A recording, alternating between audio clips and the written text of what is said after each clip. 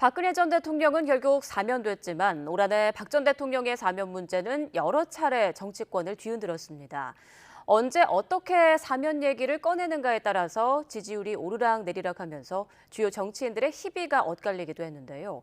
향후 대선 전국에서도 마찬가지일 거란 분석이 나옵니다. 이정미 기자입니다. 새해 들어 가장 먼저 전직 대통령 사면을 꺼내들었던 건 당시 더불어민주당 이낙연 대표였습니다.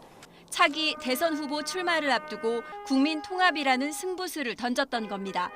사회 갈등을 완화하고 국민 통합을 이루어야 합니다.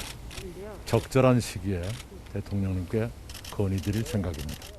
하지만 민주당 핵심 지지층이 반발하고 문 대통령도 거부하면서 국가적으로 매우 불행한 사태입니다. 그래도 지금은 사면을 말할 때가 아니다라는 생각입니다. 당시 이낙연 대표는 대권 후보 회의론까지 맞닥뜨려야 했고 이후 급격히 하락한 지지율을 끝내 회복하지 못했습니다. 국민의힘 이준석 대표는 반대로 사면에 대한 색다른 접근으로 당권을 거머쥔 사례입니다. 당원들의 전략적 선택을 이끌어내는 데는 박근혜 전 대통령의 고향인 대구에서 했던 이 발언이 적지 않은 영향을 미쳤습니다. 공적인 영역에서 사면론 등을 꺼낼 생각이 없습니다. 정치적인 공격에 빌미를 줄 생각이 없습니다. 하지만 박근혜 대통령에 대한 제 사사로운 고마움은 다른 방식으로 갚겠습니다. 박근혜 전 대통령의 사면 문제는 특히 국민의힘 대선 후보 경선 과정에서 뜨거운 감자였습니다.